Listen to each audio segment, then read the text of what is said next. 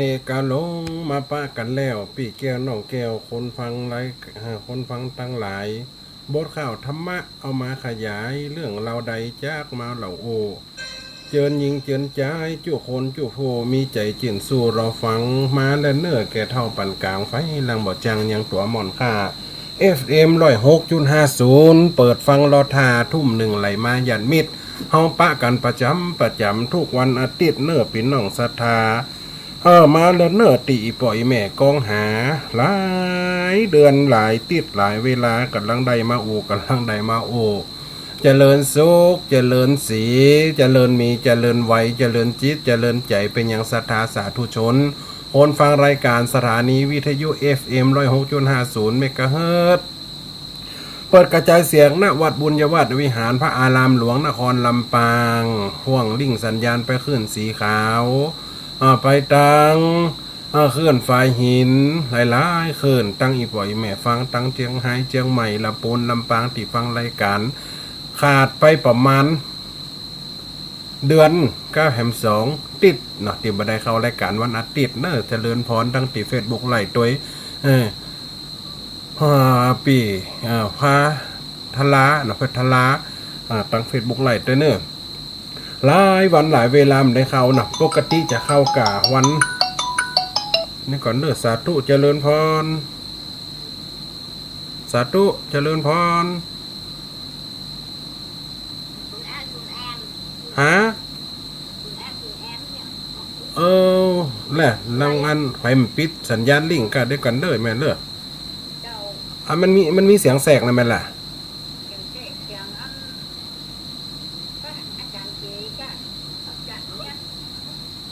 แสดงแกลืมปิดสัญญาณเดี๋ยวก็แป๊บนึงไม่ได้แจ้งไปได้ท้ายในสถานีกำเนิด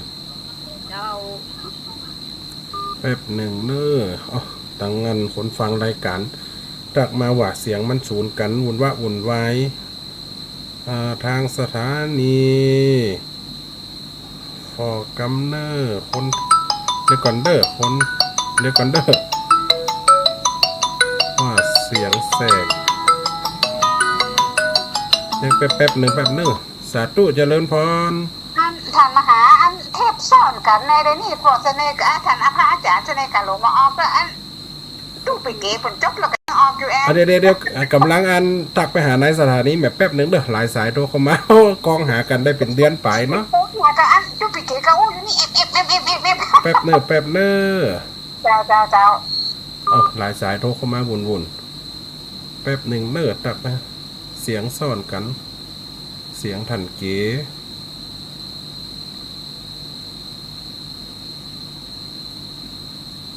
ถ้าดีจะได้เมโทรมากำเนอตังนารอฟังเนาะจะเป็นเดือนกึ่งล่ะ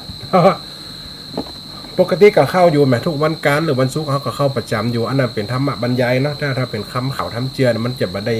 ยินทีหน่อยแม่เนาะพระอาจารย์นุ่นแม่สมศรีใจบุญยมปีอะไรนะกับใบสาอาจารย์งอมหาขนาดสาธุยมแม่เนอเดี๋ยวกันรอฟังเดี๋ยวรอทั้งอัน FC ก่อนเนาะทั้ง FC ที่เปิดโทรเข้ามาว่าดีเลยยังตอนนี้สถานีมันมีขื่นซ่อนเนาะขื่นซ่อนพระอาจารย์พระอธิการบูชาอธิปัญโยไวสารนะครับเนอะพระอาจารย์พระพลด้านในเนาะคำสุภารัตน์เนี่ยนะเพราะมันอยู่ไกลจำไขหันสมานะครับเนาะนักเทศพุทธรไวสารอาจารย์มหาเนอหลายที่ดีเลยยังหัวเนออีแม่แจ้งมากำเนอถ้าว่าดีนะคนเท่ากันล้อตั้งนาตั้งตาล้อเนาะปกติวันการกับเข้ากันอยู่วันการตอนกลางคืนเขาก็ได้ฟังอยู่วันศุกร์กับ3 โมงถึง15 โมงแรงกับฟังกันอยู่อันนั้นเป็นธรรมะบรรยายแต่นี่เป็นทำข่าวอีกบ่อยแม่ปฏิติตามในเนื้อหาสาระเนาะดีเลยยังจ้าเดี๋ยวเข้าไปฟังเหมือนกันเดี๋ยวก่อนเนาะคนเฒ่าคนแก่อีปล่อยแม่ไฟฟังอยู่สาธุเจริญพรโยมแม่ดีแล้วพระอาจารย์ดีแล้วนะแม่แล้วตกลงว่าดีแล้วสาธุเนอสายที่โทรมาหลังๆจะมาฮับเดือนเนื้อจะเข้ารายการละนิยมเมธวินปุ้นเสริมงามอีแม่ว่าดีละเห็นเนอะตั้งหน้าตั้งตาฟังอีปล่อยแม่เนอะเพราะอุ่นลำเปียงเงาลำเข้าเปียงไหมอะไรหาลำไปเนาะงดโทรก่อนเนอะอีปล่อยแม่เนอะดีละสัญญาณดีละเนอะงดโทรก่อนเดี๋ยวจะได้อูกันชักเตือเนอะโยมโทรมาละ อ่อู้กันเนาะมันหลายติดหลายสัปดาห์เนาะตอนที่หนึ่งเขาจะเล่าลืมเห็นน้อยเนาะปังเหมือนเต้าจุลนี้ยมยายพรเนอโหแล้วเนอยายพรเนิ่มถ้าโทรมาเนอ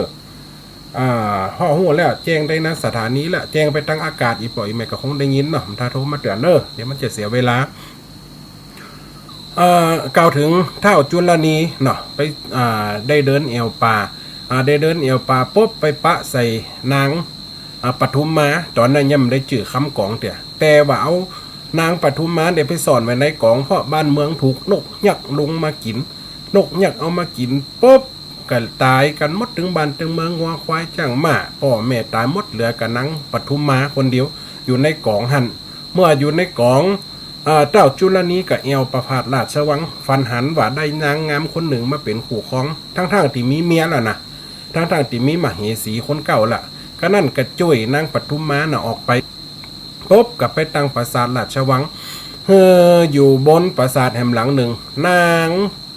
ปทุมมาก็ได้ชื่อว่านางบัวกองหรือว่านางคำกองปทุมมาคำกองเพราะอยู่ในกองใจเพราะเอาหัวนกเนี่ยมากินในคณะนั่นนางพูดจะเป็นเมียคนแรกเนาะนางที่เป็นเมียคนแรกเกิดความแบบพอใจนางอาคีชื่อว่านางอาคีเกิดความพอใจจะอยากจะได้กำจัดนางนี่ได้เพราะปลายป้อนนางปทุมมาอยู่ปุ๊บก็ตั้งต้องประมาณเมื่อตั้งต้องประมาณแล้วปุ๊บก็เกิดความพอใจก็นั่นก็วางแผนวางแผนแล้วจะมาซับเปลี่ยนตัวจะไล่ให้นางนี่ออกจากบ้านจากเมืองใดจะใดเป็นตอนที่สองฟังไปเนออีปอยแม่เนอปทุมมาเจอว่าคำกองมาถึงบทนี้ยังตอนที่สองได้รับรองที่ห้องบทตนกล่าวถึงหญิงนางเมื่อได้ออกปนกองหลวงเวียงใจนั่นแล้วบ่ถึงความตายบ่กากาดแก้วคำกองน้องแก้วปทุมมาไว้สาบาทเต้าเป็นบุญเหลือตาเหมือนได้ชีวาเกิดไม่ว่าอันเต้าจุนลานีก็ฮักปอปันเมื่อหันนงคันและเก้าสลีโซฟาเลยปาปอกเต้าสู่เมืองตันเจ้าปานจะตั้งแต่นาบน้องแต่งตั้งนาดนองบาทจาริกาสั่งคนเล่งดาแป่งภาษาซอยเอ็นโลย่อมมีเมียน้อยก็ต้องหักเดี๋ยวเมียหลวงแฮมว่าสั่งเสนามาตั้งหลายตั้งปราสาทสูง7 จั่นฮือนางปทุมมาคำกองได้อยู่ได้กินแม่เก้าคือนางอาคีก็อยู่ตามเป็นมเหสีองค์เก้านางปทุมมาก็เป็นมเหสีรองเสนาอามาตย์จัดแจงตามที่ข้าบอกนี่ลูกก็นั่นหลงเมียน้อยน่ะแสงเล่งดาแปลงภาษาซอยคือคำกองนั่นเป็นเมียน้อยถัดจากอาคีเมียเก้าอยู่ไปบ่เหมือนคำกองนั้นเล่าก็ได้ตั้งต้องมีคันประมาณเกิดขึ้นใจจื่นสุขสันต์นางสาวกำนันเวทกันอยู่เฝ้ามาดีใจพญาบาทเจ้าจุนลานีตันตาว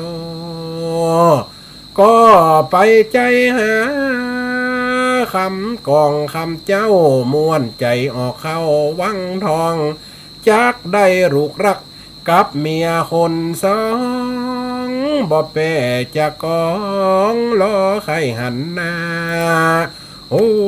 เป็นบุญวาสนาของปีเจ้าพญาแต่เนอะอยู่กับแม่อาคีมา10 ปีแต่ได้แต่ดีบัดตั้งต้องบ่มีคันปทุมมาคำกองเนี่ยมาอยู่กับกุปีได้พอปีบัดเดียวนี่จะมีราชบุตรจะมีลูกสืบแทนบัลลังก์กูปีก็ดีใจยิงก็เอาใจก็เอาละ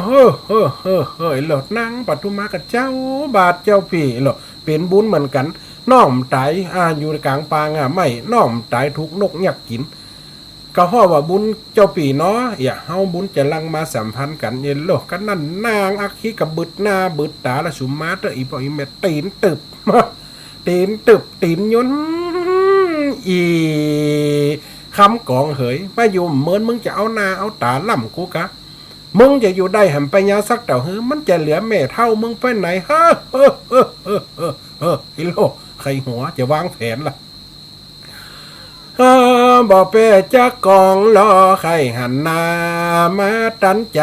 อักขีน้องลาอันเป็นจ้ายาเมียเก่าอยู่กันมาเมินนานแต่เล่าบ่มีลูกเต้าสันใดเนี่ยฮือขับแค้นแน่นในหัวใจมันก็เดือดในหาไทยบ่อ่อนน้อยเนี่ยคนเฮาเนาะว่าอีคำกองมันมาไฟห้อยเป็นคนลุนแต่ตักป้อยว่าจักมีบุตรตาลูกรักพิษใจคาเสียงอินทรีอักขีเมจันตันใจดีลีว่ากำกูมีร้อยอันปันคอแต่งเป็นใจดีทำทีปอกปอมเอาใจเคียคอจ้าใจโอ้ยอักขีปทุมมาคำกองดีและน้องเหยมาอยู่กับเจ้าปีจุนลันนี้แม่เนี่ยไอ้เราเป็นเมียเก้าแม่กะฮักหรอจะได้ลูกสืบแทนมันลังว่ากำบึดปากกำไอ้หรอทำเป็นใจดีหรอกแต่มันวางแผนนะฮักจะดูแลลูกน้องก็เหมือนกับลูกปีเนี่ยป่อคนเดียวกันคนละแม่ก็ไปเป็นยังเฮียหล่มในน้องท้องจะไปไหนไอ้หรอโอ้เป่าโอ้ทำตัวเป็นคนดีแต่นางเนี่ยใจดำใจไม่เสียงติดตึกเพราะว่าพิษใจนี่นางอยู่มาตะเมินมีลูกเฮือเต่าจุนละนี้เอาใจเคียขอจะใจแต่คิดในใจมันมีแผนไล่ว่ามึงอย่าได้เป็นดีจากสุขย้อนลูกเป็นมะเหสีจะมาได้ดีกว่ากูบ่ได้มันก็วางแผนหมู่นางบัดใจฝูงยิงในคนใจระดมฝนห้องคนใจเขามาเฝ้าละจะวางแผนว่ากันมันยังกำหนดขีดไว้กองคำมันที่กาปะสูตรโป้นยังหนอบุตตาเอามาเปลี่ยนกว่าใด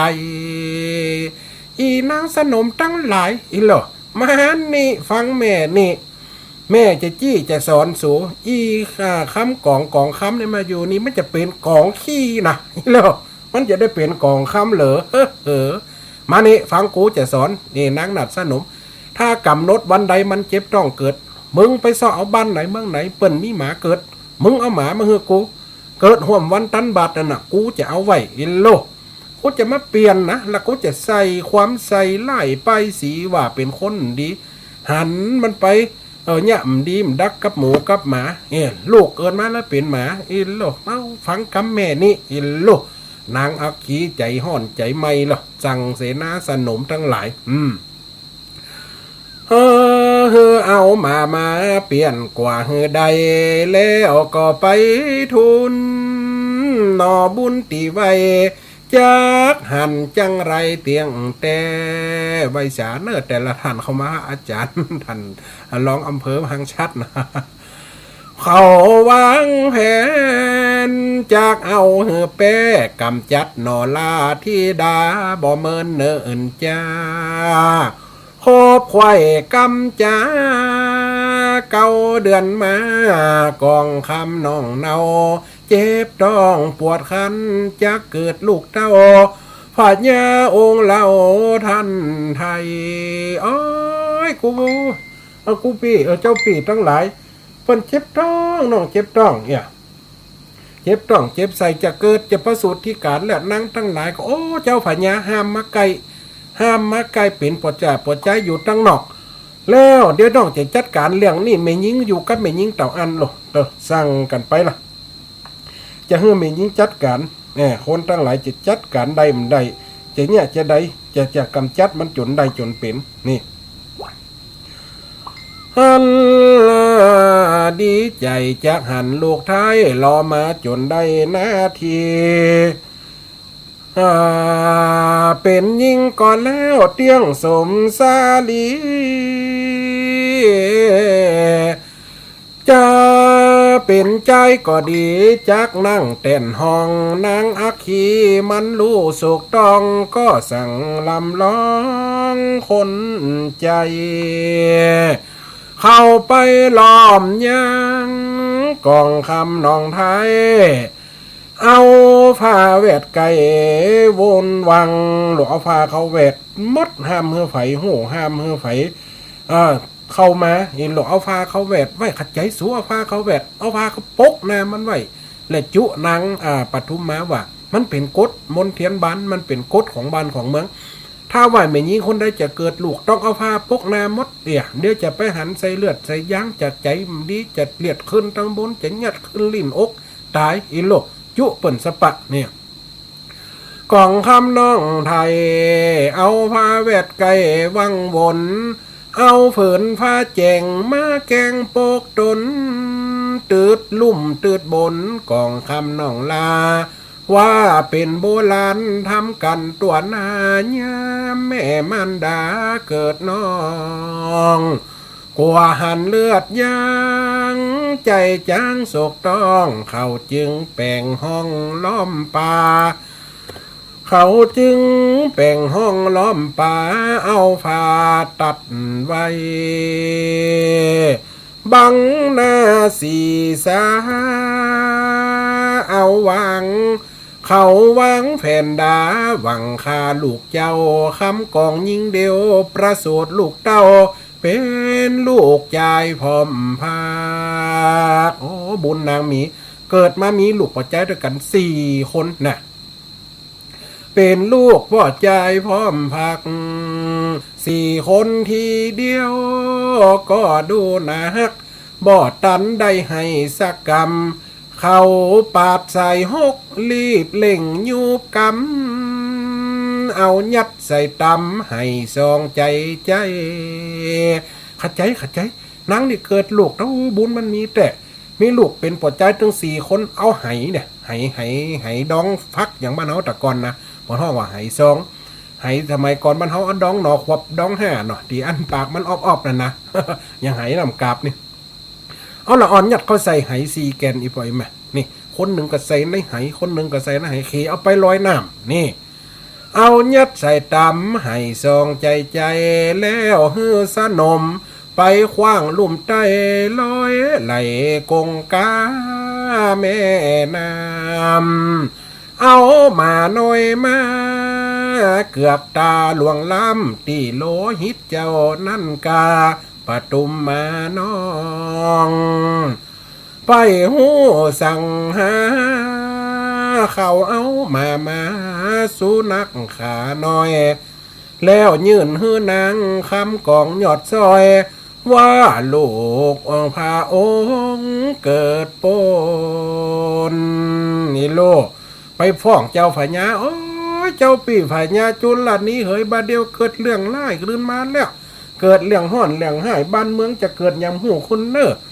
ลูกพระองค์ตีว่าฮักนะกะลูกของนางปทุมมาคำกองตีว่าดีน่ะเกิดลูกมาเป็นหมาเนอพระองค์เอ็นโลตโอ้เปิ่นตกอกตกใจเต้าจุลนี้กับหูนาตาเหมือนกะเพราะหวังแค่ได้ลูกล่ำสุดท้ายว่าเปิ่นมาใส่ความว่าลูกเป็นหมาแซมโคตรโอ้ยจะไล่นางปทุมมาคำกองออกบ้านออกจ้องเนาะขนาดเกิดลูกวันนั้นตันเอื้อนเด็ดเอื้อนยางกันเตียนนะจะบุ๊บจะตีเป็นออกบ้านออกจองนี่ยืนเฮือนางคำกองหยอดซอยว่าลูกพระองค์เกิดปนเป็นวิบากกรรมมาตันลำล้นเป็น4 เจ้ากุมารมาเข้าสู่ต้องพิษแผกแห่งการเขาทูลสารองค์พญาปอดเจ้าอันตั้งใจ ใครหันลูกเต้าเป็นกูเตรียมเงาต่อตานางเมียหลวงแต่งหกบ่จ้าไปทูลหนาบหน้าโวยวายว่านังคำกล่องพิษห้องเหลือลายเกิดลูกที่ไหนฟังกาห่อห้องเป็นสุนัขขาสี่ตัวมาต้องพิษแต่สันดานใจจ้านางคำกองเกิดลูกเป็นหมานางคำกองเกิดลูกเป็นหมาโพธนาลูกไข่การไข่ปักไข่คอไข่เสียงเป่าตัวบ้านตัวเมืองไข่หือพญานั่นมืดหือพญานั่นโคตรยินโลพี่แต่สันดานใจจ้าเมื่อหัวที่หันมีบ่ลานางจั่งแก้ผ้าอยู่ในเอาสุนัขใหญ่อิลูเข้าห้องป่าใสหันก่อนมีไปดังว่าแต่ตนเต้าจุนละนี้บ่ตันสืบสนโตสะดาจนบ่ยางเจ้าพี่เหยเจ้าถึงหูถึงหันมาเหมือนละอีคำกองนี่นะมันหุมเอาหมาลูกไปนอนในห้องในหอปุ่นเปิ้นจะเนี่ยยังกันหัวคนมันจะดีถึงดีแต่ต้องคนที่มันดีคนป่าคนดอยเอามาเป็นกู่เป็นกิมพระองค์หันได้ยังมันบัลละสันดานป่ามันหลอกใส่ความเปิ่นว่าเอาหมาไปนอนเอาเต้าจุลนี้กับโคตรงงากะเอาตาโจงั้นเขี้ยวงึดแล้วอีซาดซัวอีสันดานจัดมามเสียงอีโลกูเอามึงมาเลี้ยงดีเป็นมาเหสีคนป่ายมึงทำได้จะได้มึงกินข้าวกินแกงมึงล้ำล่ะมึงเต่าก็กินข้าวสากหมาแหละเอาแหละโหดตุโอ้นาดีเอ็นโดนางปัตุมามจางปากกำเต้าจุนละนี้วันว่าแต่ตนเต้าจุนละนี้บ่ตันสืบสนโตสะดาจนบ่ยางว่าลากมันมาอีคาสากข้างสันดานบ่เสียงใจสามกินแหน่งเจนล้ำได้เอาติดตามหันหนหลังความบ้านมันเกิดตองลืมปล่อยมันตายทิ้งไว้แต่งห้องเมืองจักหินแต่นางผงคอดบูดกำลังบ่แป้จักเถียงจักแก่สันใดให้รำร้องเนตรน้องลามลายขอผู้ว่าในฟังใจน้องเนาอีสันดันแต่เมินมากูจะละมึงตายอยู่ในป่ากะถึงใดกูเก็บมึงมาเลี้ยงนึกว่าเป็นดีมึงสันดานหมามันเสียงอยากว่านางน่ะกำจังตอบจังจ๋าเพราะว่ายังอีฟอ่อนเกิดลูกวันนั้นเปิ่นใส่ความวันนั้นใจนางนี่ตะอ่อนหมดเนี่ยน้ำเนตรน้ำตากับน้องไหลฟังน้องในกระไดนางกำมีกำลังจะต่อสู้นี่ขอผู้วันไหนฟังใจน้องเนาบ่เคยมีดังกำพี่เจ้าแม่อาคีว่าไว้เมื่อหนที่พี่ช่วยน้องไทยก็มอบใจให้ทุกไปบ่ทุกตำจ้าถูกนกฆ่าตายก็เพื่อองค์ใจพญาปีเจ้าอันลูกเป็นมาบ่ฮู้เงินเงากำปียิงเหล่าว่านั้นว่าน้องนางยิงได้ปิงเผื่อฟันกับสุนัขอันบ่มีสาบานตีตึกยอมตายเป็นพี่หากกำบ่ดีพิษเมืองแป้บานเต้าจุลนี้บ่ฟังดังอันสั่งลงทันบ่ยางเขียนโบยตีหลายทีหลายครั้งนาง กิ่งเกือกดาวให้ไว้ไว้ครับจำใจเอาไปไก่ไก่สั่งมันไปเป็นคนทาอาดคาเฮือไปเลี้ยงหมูซักเสื้อซักผ้าอย่าได้ขุนนามันไว้นางปัทุมมาคำกองอ่อนวอนบ่มีเจ้าปีฮักเต่าเปียงใจน้องมาอยู่ด้วยไอ้มอบถึงกายถึงใจถึงตัวหมดเพราะว่าไอ้ได้จ่วยจัวเจ้าปีได้จ่วยน้องไว้กำตีเจ้าปีฟังจากแม่อักขีนั่นบ่มีความจริงบ่มียังไงบ่มีลูกมึงยังมาเป็นหมาบุ๊บตีอีเหล่านางก็ไว้โอ้จริงไปเกียกมาเจ็บตัวเจ็บใจเจ็บกายเนาะเซไปหมดตัวเนี่ยตัวโอ้ยบุ๊บเปิ่นตีเปิ่นนางก็ให้กิงเกือกกันไปกันมาขอเตอะจะไปบุ๊บไปตีขอเฮือน้องได้พิสูจน์อันหัวใจก่อนเตอะมึงมาต้องมาพิสูจน์สาบานกับยอมนางว่ายอมสาบานมันแป้เมืองแป้บ้านขอเฮือฟ้าผ่าหัวตายก็ได้เจ้าจุลนี้กระตึ้มฟังสั่งไปเลี้ยงหมูหรอเลี้ยงหมูตะกอนนะสมัยเมื่อยุคนั่นคงจะไปซื้อแกบซื้ออย่างเนี่ยตำเข้าเนี่ยก็ต้องเอาแกบให้หมูเอาฟักมาต้มนางกระตุกเขไปนอนขอกงัวบนโลนี่ซักเสื้อซักผ้าอย่าได้ขุนนามันไว้นอนตีขอกงัวอย่าได้ปอกไว้สั่งกำใจวางต่ำนางอักขีนั้นจืนสู้หน้าน้ำตีใดกระตำดังใจมันเสียงจะถึงยังสี่องค์หนอเกลียงลูกบุตรใหญ่หนอไทยย้อนไปถึงเจ้าสี่องค์ตอนตีนางสนมตั้งหลายเอาไปใส่ไหซองลอยน้ำจะเฮือจมน้ำตายเนี่ยถึงองค์ใจหนอไทยอันนางสานมเอาไปใส่ไว้ในให้หม้อโอซองกำจัดทิ้งบ่ฮือกึดมันบ่กึดท้องอินดูสีฟองกุมารนอเนาเอาไหลกงกาแม่น้ำตองเต้าว่าเวินเมื่อนั้นบุญเจ้าบ่ตายนอนายกับจันโปติสัตว์เจ้าเกิดมาก็ไหลลอยล่องตามอาณาถามีเทวดาเวทล้อมอ้อมนาสี่ให้สองกันไหลหลงน้ำไปมองหลงไหลไปตามเทวดากันโดนบันดาลว่าโอ้อันนี้เป็นนอโพธิสัตว์จักมาประกาศศาสนาในอนาคตการเป็นนอโพธิญาณเปิดมาสร้างสมปันจะปล่อยเฮือตายนี่มันถูกละก็เลยเดละมิดเฮือไปหวันอยู่ตีคุ้มตูบน้อยของสองตายายนั่นเป็นคนเฝ้าสวนดอกไม้โลกเป็นคนเฝ้าสวนดอกไม้อุทยาน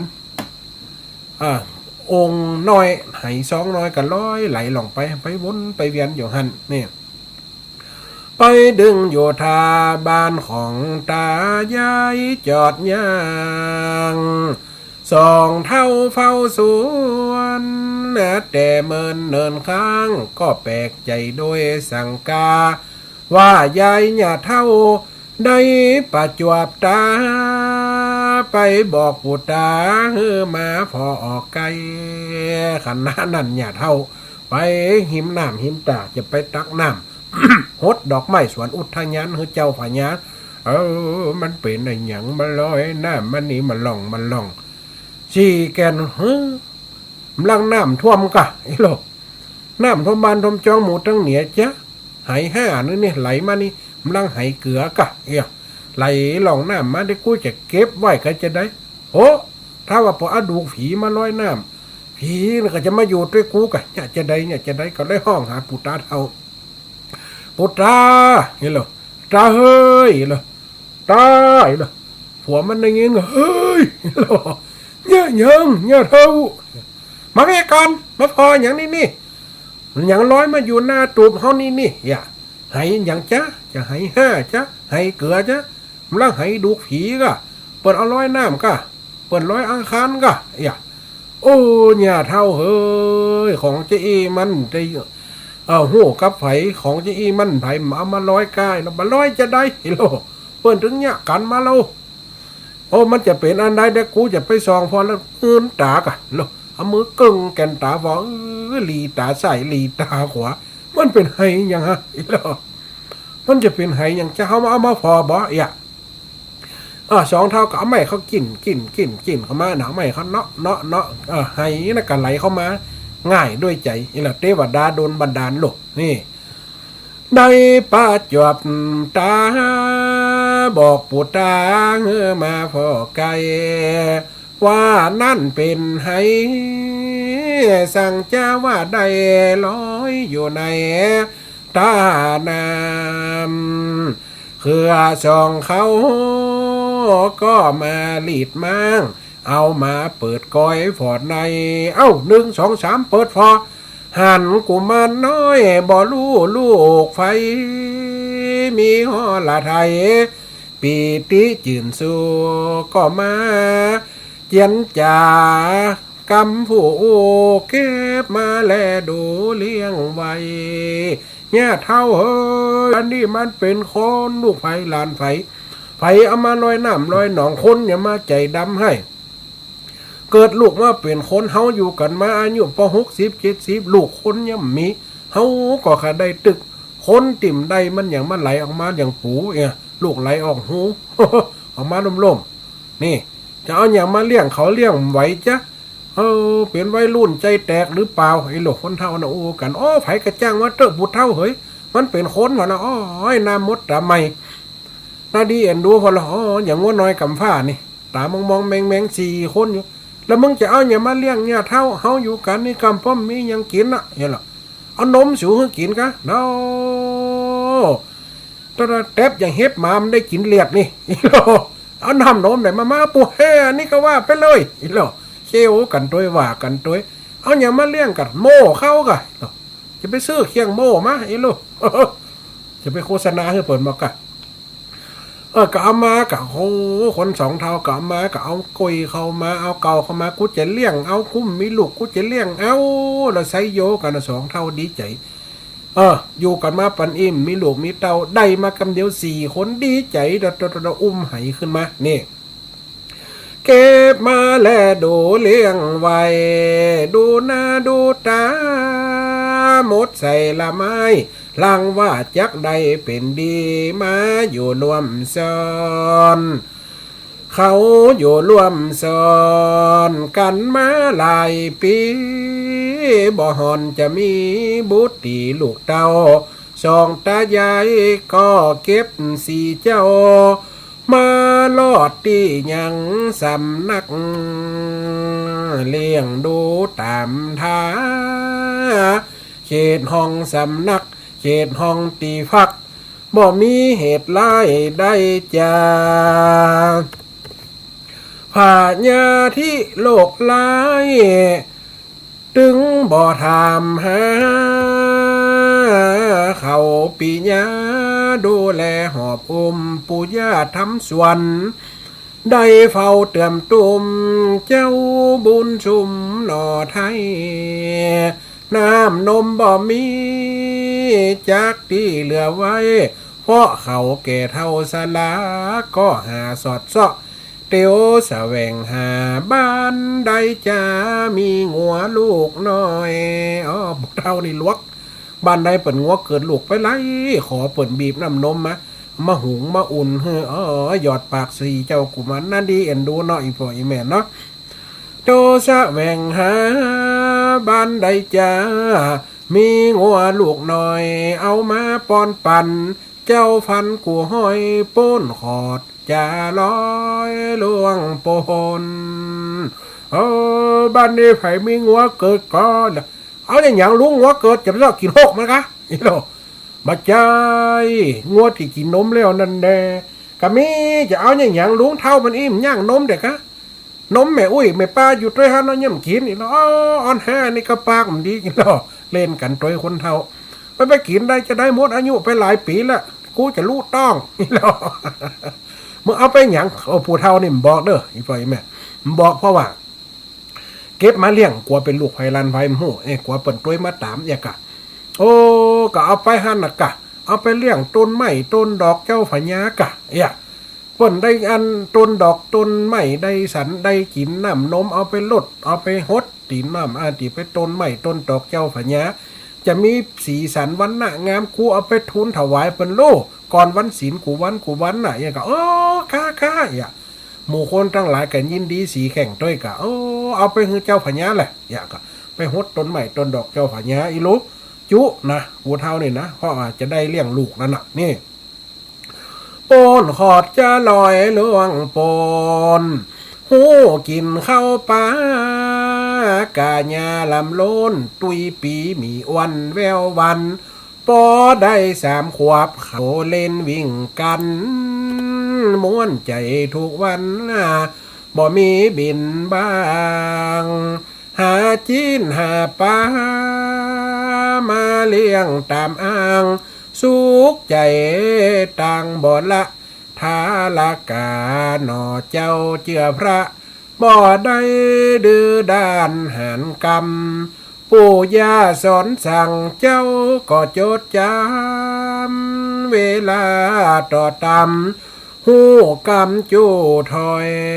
สองตาใหญ่ก็สอนว่านี่ลูกเน้อของดีกินอันนี้ของดีกินจะไปแย่มาช่วยปูเน้อลกหญ้าลกตอง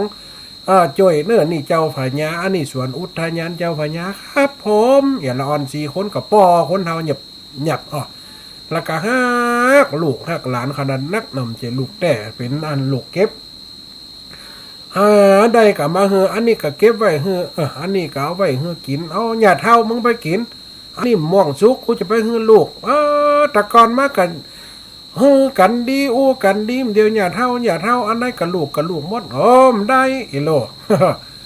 ลูกก็คือลูกฮักลูกเต้าแก้วแก่นตานั่นนี่แหละกะดีเหมือนกันเท่าเฮ้ยอีโลเขามีเขาก็สุขใจเนาะ2 เท่ากะเป็นห่วงเนาะอันใดที่เคยกินน้ำแหนมเก็บไว้ให้หลานน้อย4 คนก่อนลูกเท่าอย่างคนเท่าเลี้ยงหลานเนี่ยกะนี่ลูกนั้นหลายไม่เท่าแต่อยากมันก็โคตรเก่าเพิ่นสอนลูกแม่นก็เท่าแล้วลูกก็นักหลานกันหลายละวุ่นละไว้สัมปีสัมปออย่าคนตะก้อนเพิ่นว่าเนาะอันนี้4 คนเลี้ยงกำเดียวลูกต่อมาหูจากกำถอยได้สั่งมากิน4 กุมารน้อยแบ่งปันกันไปพร้อมพักเล่นแต่ในสวนห้องส่วนสำนักคนก็เล่าหน้าลือชาเรื่องสาบหูวิบากเสียงกันนั่นคนก็ต้องเล่ามันก็เล่าเข้าไปถึงหูนางอัคคีล่ะนี่เรื่องสาบหูไปถึงลอดท้าอาขีชายา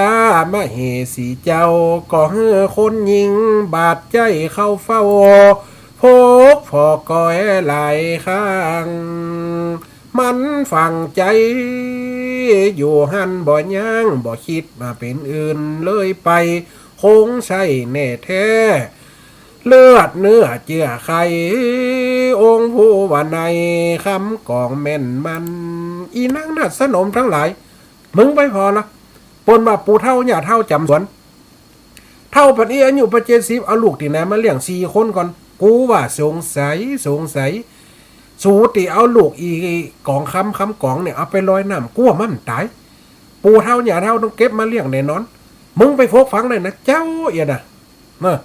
หมูนางสนมกับจงหลักผักดีอย่างกับตุยไปพกไปกอยเก่า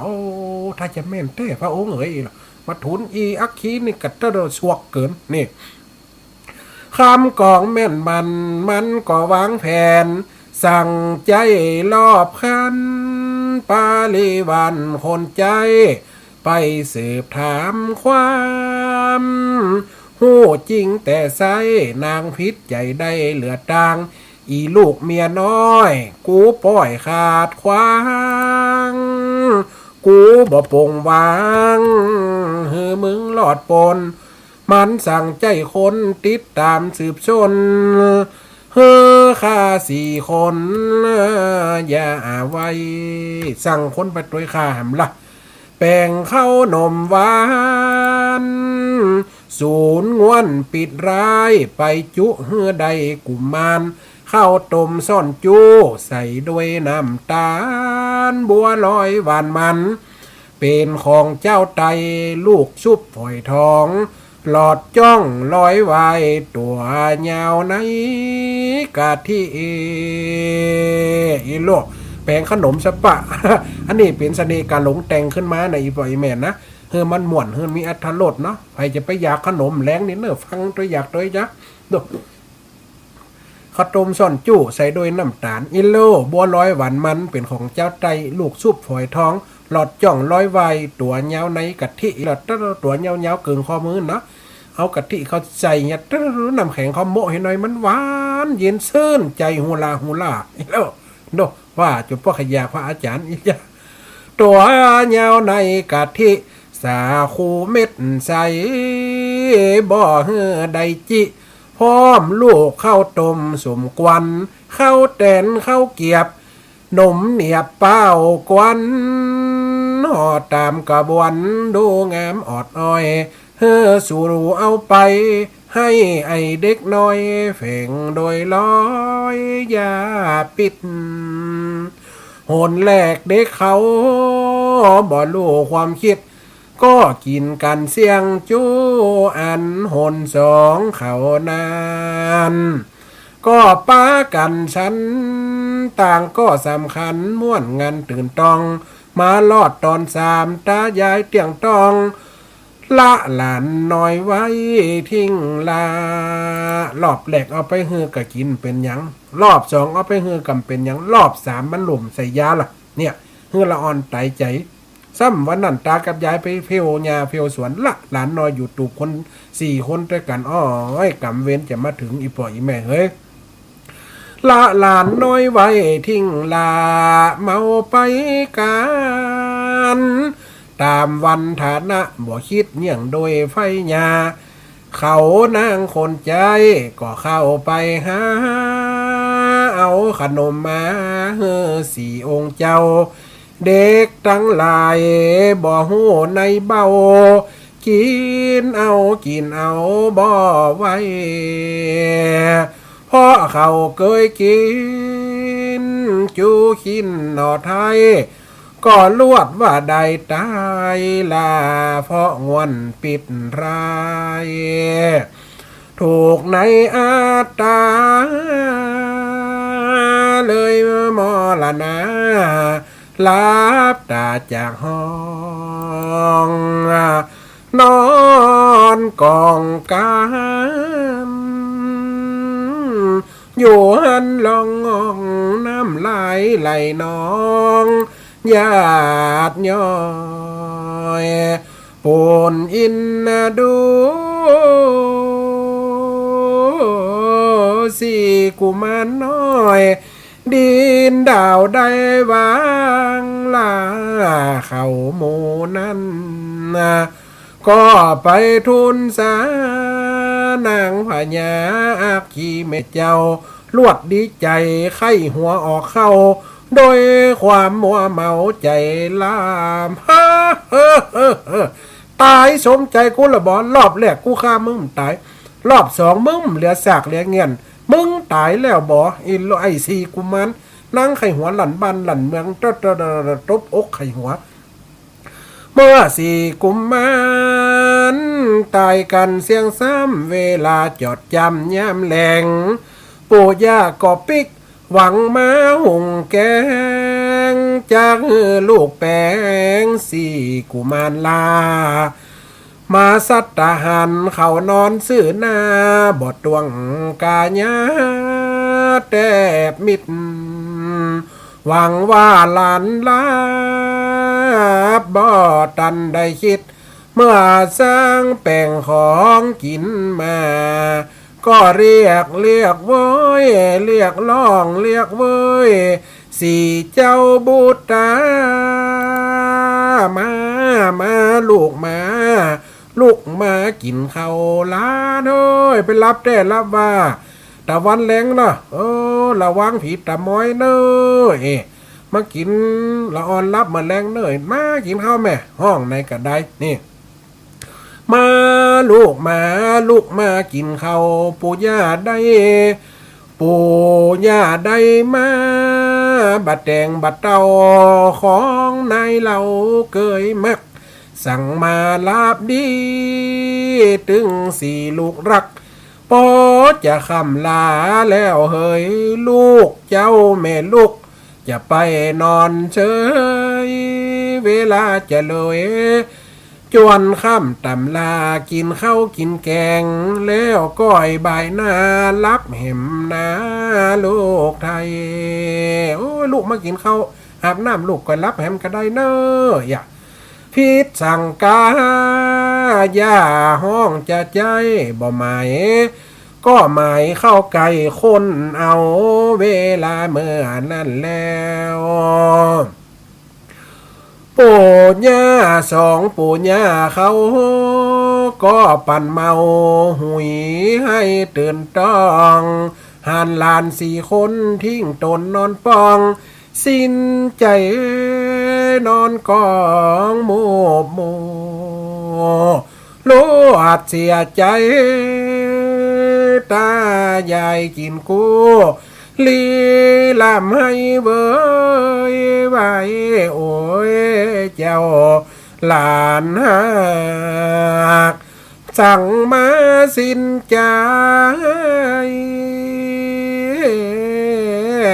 อย่าจากอย่าใดปู่ให้กอดป้องจักเป็นสันใดฟังไปจองจองบทสองเหล่ากองเต้านี้วางไว้ก่อนแล้วอีหมออีแม่จบเวลาใกล้จะหมดนะมาตัดสองกุมันโดนวางยาตายเสียแล้วล่ะโอ้ยนาดีเอ็นดูปกัดโอกัดใจหวังว่าหลานน้อยรับขาบอยู่ในสลีตีนอนห้องมากินข้าวลูกแม่ลูกพ่อลูกในก็ได้มาโพดขึ้นมาหันกำน้ำลายเต็มปากโอ้ยได้3 ขวบ 4 ขวบหูภาษาอย่างปัดตายเข้าฟีเข้าเกลือนางอาคีกระใจไหลใส่ดำขนาดนักมาตุยขาเนาะโอ้นาดีเอ็นดูอีปล่อยแม่เวลาไก่กลหมดเวลาอย่างเวลาอย่างมาสั้นเนาะเวลาสนีกันหลงเข้านี่บึดเดียวเหียดแต่เนาะไวสารเนอะอาจารย์ปีนันชวนคนนานเจริญพรเนอะยมสังวานจันแก่นอาจารย์กิษดาก็กิษดาก็เนาะท่านนะอยู่ไกลกำไกหันเนาะที่ละวัดก็ที่ละพรก็เนาะเจริญพรเนอะสายแรกเข้ามาเจริญพรเด้อแม่ปิดวิทยุก่อนเด้อเสียงมันสะท้อนเจ้าไว้จ้าแม่วิทยุไว้ไกลๆก่อนเดี๋ยวโอ้นายดูเนาะน่าเอ็นดูเนาะโอ้กองนี่นะกองหามาหลายติดนะโอ้เป็นเดือนปลายกำได้เข้ารายการเวลาช่วงนี้นะมันตรงวันศีลนะวันที่วันใดเกิดตรงวันศีลเนาะน่าไหนแม่นาทีเข้าไปแหมเมียเนาะวันศีลทำเมียต้องเอาพรรษาบ่เนาะนั่นน่ะไปทำเมียประทัดแล้วเนาะสาธุนะอีแม่นะนั่นน่ะเต็มใจแล้ววันนี้เนาะสมใจละโอ้สมใจอ่ะกองแหกุฏิสาธุเนอะแม่เนอะเจ้าไปเจ้าสาธุเนอะเจริญพรโยมแม่หลายตีหลายตังเนอะโทรเข้ามาตะกี้ตัวเข้ามาหลอบแหลกนั่นคลื่นสัญญาณมันซ่อนเนาะตะกี้นะคลื่นสัญญาณมันซ่อนกันเลยอีแม่เพิ่นโทรเข้ามากันหลายคนอันนี้กล่าวถึงหนอโพธิสัตว์เนาะสาธุเจริญพรสาธุสอนเอาไปผังตอนนี้จะเป็นต้นกับป๋าแล้วเนาะทัดปนบทที่3นะจะไปเกิดเป็นจุมป้า4 ต้นเป็นต้นไม้จุมป้าจะตัดไปทำอะไรนั่นน่ะกะคำสากแม่นน่ะแล้วตอนใดนะตีว่าหัวเป็น ลูกเจ้าเมียงน่ะตอนไหน เขามันยาวไหมเพราะว่าอันตีแต่งไว้นี่นี่มันเดี๋ยวนี้ได้ได้11 ตอนยังถึงไหนมันเดี๋ยวนะ แล้วก็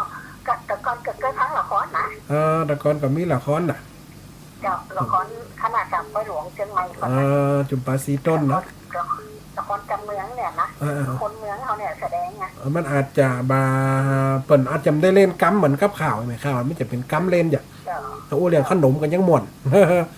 สาธุเด้อยมแม่เด้อยมแม่สมบูรณ์ เจ้า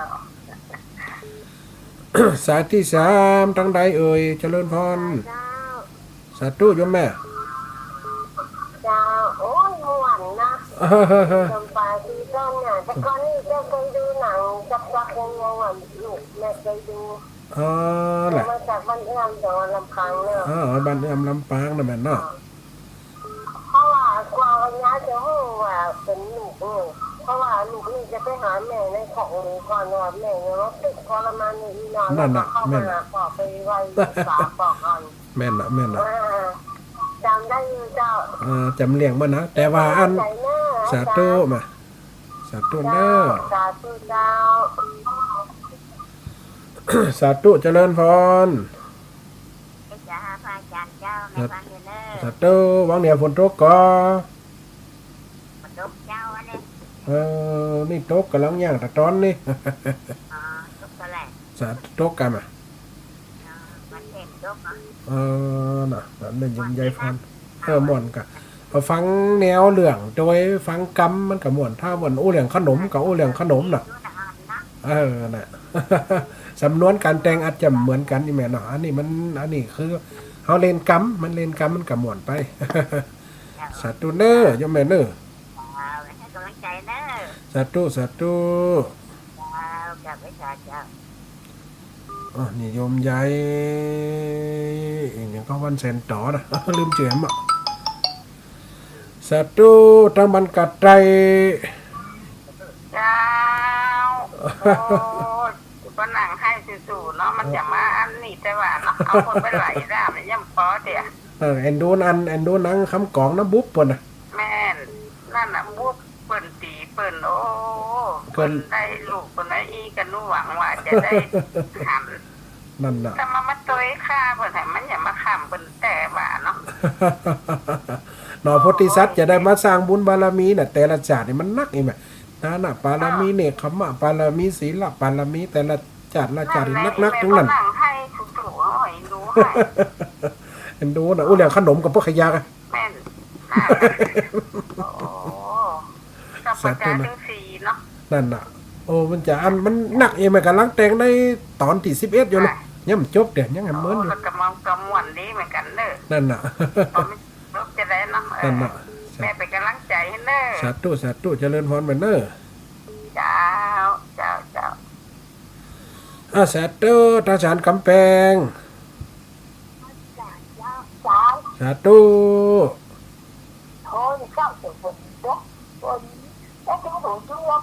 แล้วฝนตกกับนัดโฮเตียกับกลัวนะฟ้าห้อง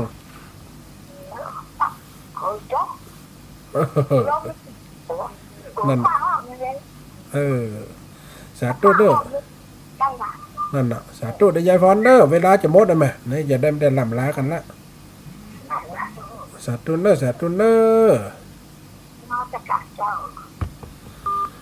แล้วแหมหลายท่านเนาะตีตักท้ายเขามาเนาะมาได้กับโยมแม่เทียนแก้วเนาะน้องยางอเมธะเนาะเจ้าแม่สีนวลทั้งอยู่เจ้าโยมแม่สมศรีใจบุญฟังอยู่เจ้าสาธุเนยปล่อยแม่ได้ทั้ง Facebook ไลฟ์ก็มีทั้งสถานีวิทยุก็มีเนาะเวลาหมดเวลาอีปล่อยแม่นอกจากกันไปในวันนี้ติดหน้ากับมาป้ามาพบกันเพิ่นว่าหมดเวลาแล้วคนฟังรายการขอส่งสัญญาณอุจจาปักป้อนพนาฬิกาเลยมาลิงคอนสุดทางราจรนัดปุ๊บติดนี่ลาไปติดนาข่อยครบบรรจบในเวลาติดนี่บ่ตาติดนาแหมนาจะเติงเวลาจะได้มาอูเจริญ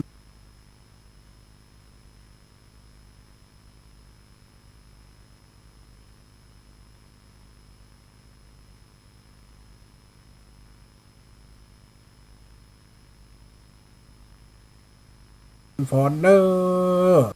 นอกจากกันไปในวันนี้ติดหน้ากับมาป้ามาพบกันเพิ่นว่าหมดเวลาแล้วคนฟังรายการข อส่งสัญญาณอุจจาปรับป้อนพอนาฬิกาเลยมาลิงคอนสุดทางราจรนัดปุ๊บติดนี่ลาไปติดนาข่อยครบบรรจบในเวลาติดนี่บ่ตาติดนาแหมนาจะเตืองเวลาจะได้มาอูจะได้มาอูเจริญฟ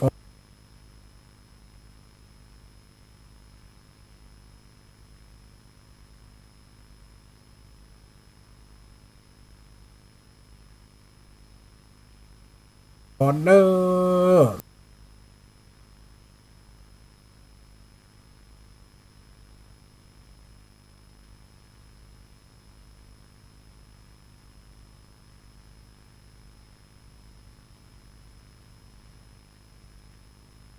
ปล่อยวางในสิ่งยึดครอง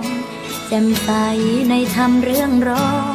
เมื่อแสงสีทองได้ส่องใจ